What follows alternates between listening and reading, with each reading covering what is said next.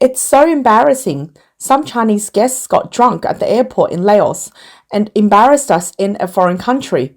On this trip to Laos, we've seen so many people causing problems, smoking wherever they want, urinating near the royal palace. It's so shameful.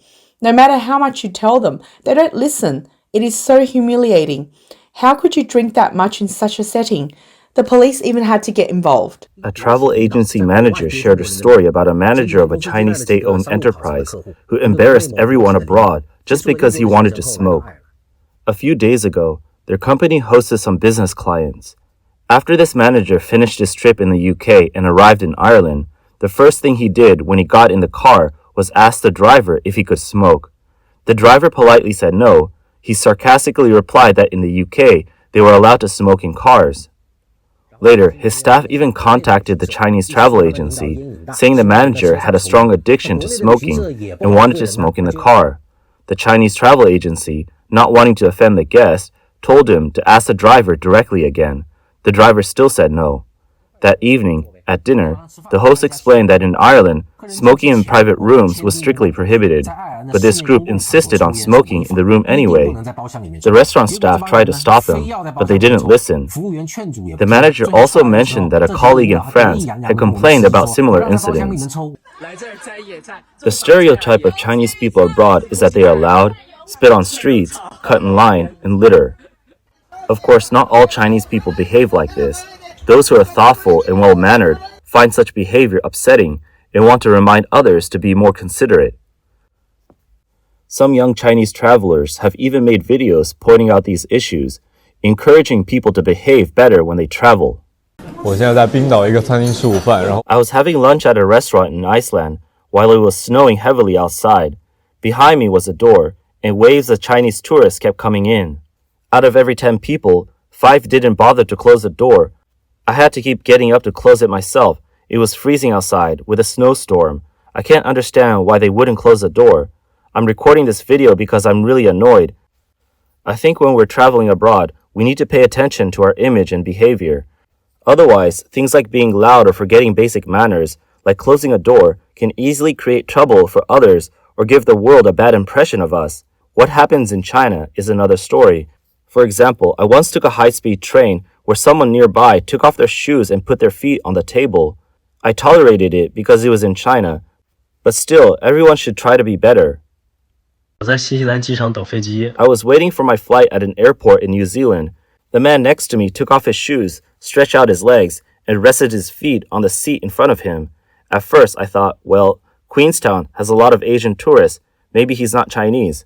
But 2 seconds later, he started chatting with a woman next to him in a Chinese dialect. I won't say where he's from, but I kept debating whether I should say something and ask him to act more civilized and put his shoes back on. Then I thought, what if he gets angry or cause a scene?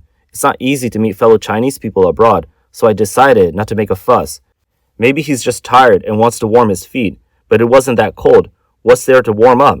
After all this inner struggle, I didn't say a word. Every time we made eye contact, I just smiled and glanced at his feet. I'm not sure if he didn't get the hint or just didn't care.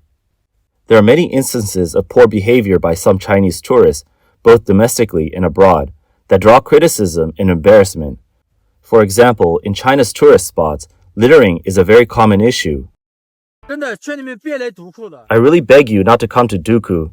You are wearing on the patience of the Xinjiang people. We ask you to treat it as your own home, but look at what you do at home. The garbage all over the ground is definitely not just 1 or 2 pieces of garbage. What the heavens can create cannot be created by just 1 or 2 people. As more mainland Chinese move to Hong Kong for work or travel, their uncivil behaviors are also creating tensions with locals.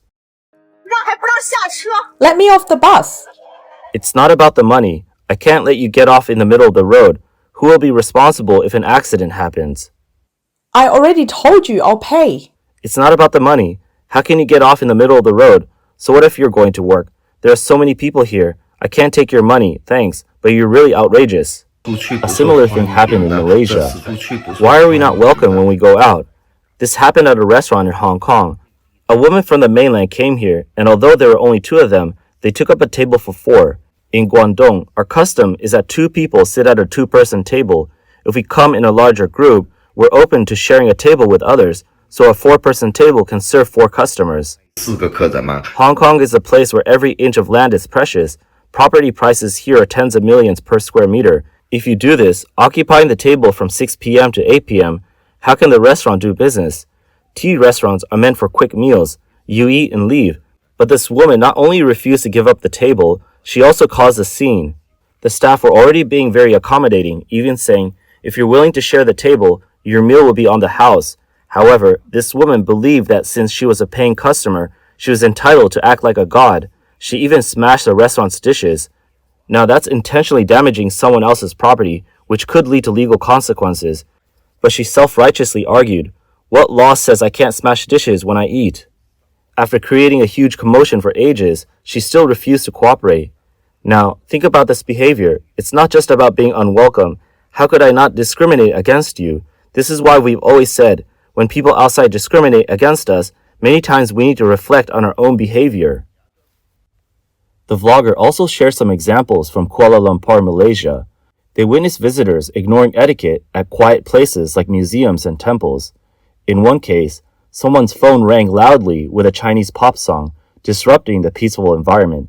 Instead of silencing the phone, the person answered the call and spoke loudly, showing no concern for others. At another site, a group of Chinese tourists even soaked their feet in a decorative fountain in the city center with complete disregard for public decency. Poor behavior isn't just embarrassing, it can also be dangerous. On January 23rd, a Chinese tourist in Otaru, Hokkaido, Japan, died after being hit by a train while attempting to take photos. This incident underscores the importance of respecting rules and regulations, especially in unfamiliar places. 工作这么多年呀，在欧洲呢游走于10来个国家。 A Chinese tour guide shared his observations from working across Europe. He mentioned that while Chinese tourists contribute economically through shopping, their behavior often clashes with local customs. For instance, they might leave their hotel room doors open and loudly chat across rooms, which is considered highly inappropriate in many countries. In Europe, spitting on the streets, a habit particularly common among older Chinese men and heavy smokers, can result in hefty fines of several hundred euros. The guide remarked, "Don't blame foreigners for not liking us.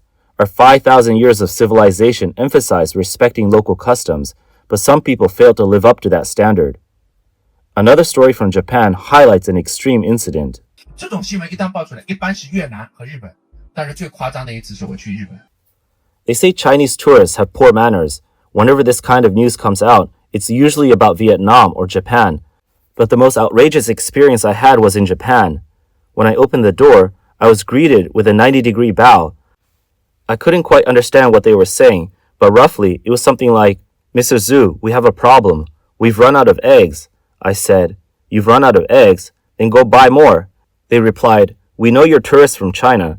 There are about 200 of you staying at our hotel, and we prepared 1,000 eggs, but it's still not enough." I asked, 1,000 eggs aren't enough? They explained, "It seems your group is taking them and putting them in their pockets." I immediately said, "That can't be us. It must be tourists from other countries, right?" But they said, "No, Mr. Zhu, the other tourists are in a different restaurant. This restaurant is exclusively for your group from China." I went down to check it out, and even though I didn't want to admit it, I saw an auntie say to me, "Xiaozu, do you want something?" When I looked, she took something out. It was a condom with 2 eggs inside. I don't dare, next time I won't dare to. A Chinese woman disregarded a large number of oyster shells indiscriminately on the beach in Japan. When questioned by the police, she unexpectedly knelt down on the spot and begged for mercy. As early as 8 years ago, the scene of Chinese tourists rushing to eat at a buffet in Thailand was criticized widely for wasting food. Their bad behavior was posted online, which made nationalistic Chinese netizens angry. Historic examples include a 2015 incident in the UK where a Chinese woman allowed a child to defecate in front of a Burberry store just meters away from a restroom. In 2016, another tourist let her child urinate on the floor of the famous Catherine Palace in Russia, a UNESCO World Heritage Site. These actions shocked locals and drew international criticism. The growing prevalence of signs in simplified Chinese such as "please flush the toilet," "please be quiet," or "do not spit" in major tourist destinations like France, Germany, Japan, and Thailand reflects the need to address these behaviors. While not representative of all Chinese travelers, these incidents highlight the importance of cultural sensitivity and adhering to local norms when traveling. Some Chinese individuals have displayed behaviors abroad that go beyond just being inappropriate. They can be outright unethical or illegal. 你们自己看看中国人在泰国都干的什么。 For instance, in Thailand, a Chinese tourist paid a Thai woman 1,000 yuan, all in counterfeit bills. The bills even had the same serial number, suggesting a deliberate act. The vlogger commenting on the incident pointed out the absurdity of using fake cash abroad in a time when cash is rarely used even in China. You're taking counterfeit money to cheat people abroad. How can you not feel ashamed? 护照里面夹50万，中国优良传统。 I put 500,000 in my passport. It's a fine Chinese tradition. I'll be in Indonesia tomorrow. I must respect their customs.